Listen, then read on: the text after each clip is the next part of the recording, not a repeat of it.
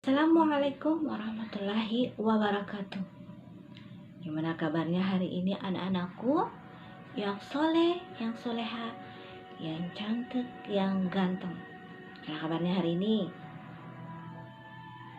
Alhamdulillah, luar biasa. Allahu Akbar.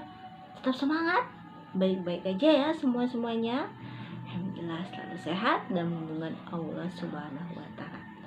Nah, anak-anakku sekalian, kita sekarang akan belajar pendidikan agama Islam dan budi pengerti kelas 3 semester 1. Apakah anak-anakku sudah siap dengan buku pelajaran di depan? Sudah siap? Alhamdulillah sudah siap. Ya. Sekarang kita akan membahas sikap mandiri Nabi Muhammad SAW di subbab 4 halaman 6. Perhatikan ya anak-anakku yang soleh-soleha ya. Kita mulai ya. Sikap mandiri Nabi Muhammad SAW sudah ditanam sejak kecil ya. Dan Nabi Muhammad SAW selalu patuh kepada perintah Allah Subhanahu wa Ta'ala. Perintah apa? Ya, perintah seperti apa sih? Selalu menjalankan perintah-perintah Allah. Contohnya, melaksanakan sholat 5 waktu, berpuasa di bulan Ramadan dan di hari-hari yang lain. Ya, selalu menjauhi larangan-larangan yang Allah benci. Dan Nabi Muhammad SAW memiliki banyak sifat terpuji ya, memiliki banyak sifat terpuji. Di antaranya selalu disiplin ya. Yang kedua, pemaaf ya, selalu pemaaf meskipun teman-temannya, meskipun banyak yang menyakitinya, yang mengejeknya, yang menghina Nabi Muhammad, tetapi beliau selalu memaafkannya. Ketiga, beliau selalu jujur dalam hal apapun itu. Dan 5, sabar selalu menghadapi ujian diberikan oleh Allah. Ujian Nabi Muhammad itu begitu berat ya anak-anak sekalian, tapi beliau tetap selalu sabar dan ikhlas. Yang keenam, dan tidak pendendam. Nabi Muhammad tidak pernah pendendam, tidak pernah menyembunyikan rasa dendam kepada siapapun. Yang ketujuh, bekerja keras. Nabi Muhammad adalah orang yang bekerja keras, yang ingin hidup mandiri tanpa tergantung kepada orang lain, tanpa menyusahkan orang lain. Siapa ingin seperti Nabi Muhammad? Siapa ingin seperti Nabi Muhammad Sallallahu Alaihi Wasallam? Siapa ingin seperti beliau? Masya Allah, semua ingin seperti Nabi Muhammad. Maka dari itu kita harus berusaha menjadi anak yang disiplin, jujur, pemaaf, dan penyabar. Ya anak-anakku sekalian. Nah anak-anakku sekalian, Ustazah akan menceritakan sedikit ya tentang kemandirian Nabi Muhammad. Nah, ya, dengar ya anak-anakku sekalian. Sejak usia 12 tahun ya, Nabi Muhammad sudah hidup mandiri. Sudah menjadi anak yang mandiri, sudah menjadi anak yang bekerja keras. Beliau mengikuti pamannya Abu Thalib dagang ke kota, dari kota Mekah ke kota Syam ya. Beliau terus berusaha dan terus belajar sambil berdagang. Nah, pada akhirnya di usia 25 tahun Nabi Muhammad SAW menjadi pengusaha yang kaya raya. Luar biasa, Masya Allah.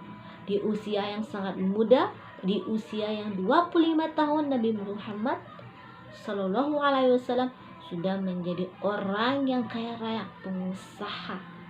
Nah, Ada yang ingin seperti Nabi Muhammad, ada yang ingin seperti beliau yang di usia mudanya, di usia 25 tahunnya sudah menjadi orang yang sukses, pengusaha kaya raya. Ada yang ingin seperti beliau. Semua ingin seperti beliau. Masya Allah, luar biasa. Nah, apa sih rahasia Nabi Muhammad bisa berhasil? Rahasia keberhasilannya, pengen tahu? Anak-anak pengen tahu? Ya, dengarkan ya. Rahasia keberhasilan Nabi Muhammad itu adalah kejujuran, kedisiplinan, kemandirian, bekerja keras, dan selalu amanah yang diberikan oleh orang lain. Anak-anak sekalian, harus benar jujur, bekerja keras, dan disiplin. Jika ingin sukses, maka harus bermodal kepercayaan, kejujuran, kesabaran, kedisiplinan, dan amanah seperti Nabi Muhammad Shallallahu Alaihi Wasallam. Nah, anak-anakku sekalian, udah mengerti? Udah jelas? Ya, alhamdulillah. Dan anak-anakku sekalian, coba di halaman selanjutnya, di halaman 7 ya, di halaman 7 ya, anak sekalian, di halaman 7 yang di bawah insya Allah aku pasti bisa ya. Berilah tanda centang di kolom yang tepat ya. Dengar ya. Aku berusaha bangun tidur sendiri. Nah, ini adalah kemandirian ya anak-anakku sekalian. Anak-anakku diisi ya. Misalnya, saya kasih contoh. Aku berusaha bangun tidur sendiri. Apa benar? Anak-anakku sekalian, di halaman selanjutnya yang di bawah insya Allah aku pasti bisa. Di situ anak-anak isi ya, centang ya. Ustazah beri satu contoh. Aku berusaha bangun tidur sendiri. Nah, apabila anak-anakku bangun tidur sendiri tanpa dibangun orang tua, maka centanglah salah satu yang ada di sini.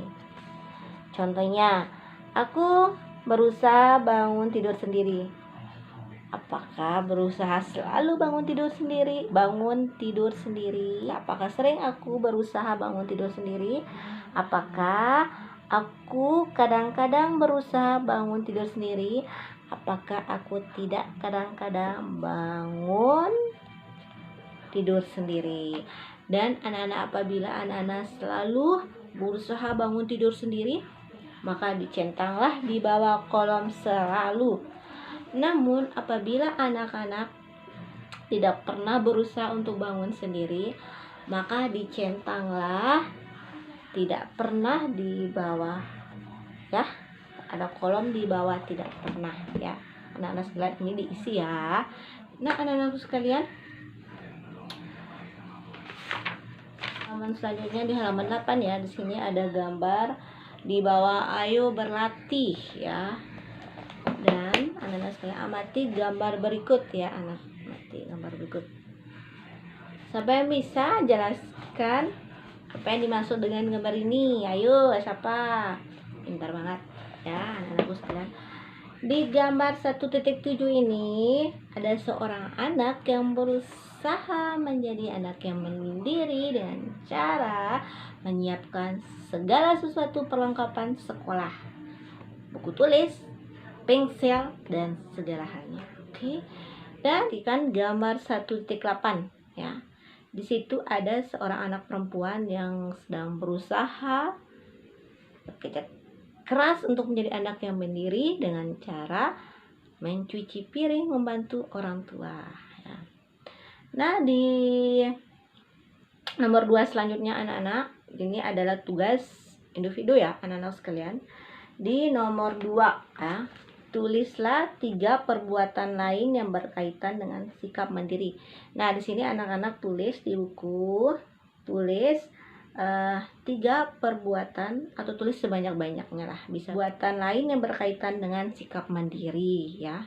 Dan soal yang selanjutnya anak-anakku ada di halaman 9 di bawah ayo renungkan di nomor kedua ya anak-anakku sayangin ya, di bawahnya soalnya itu apa manfaat sikap mandiri dalam kehidupanmu sehari-hari. Nah, anak-anak sekalian itu adalah soal yang kedua. Anak-anak tulis apa manfaat sikap mandiri dalam kehidupan anak-anak sehari-hari ya.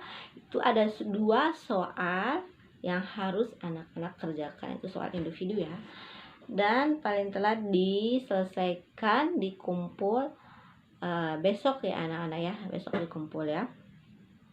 Sudah dipoto, ditulis di buku, difoto dan dikirim ke WA, ke WhatsApp. Nanti Ustazah akan lihat siapa yang sudah selesai dan siapa yang sudah kumpul. Oke, anak-anakku sekalian, sampai di sini dulu pembelajaran kita kali ini.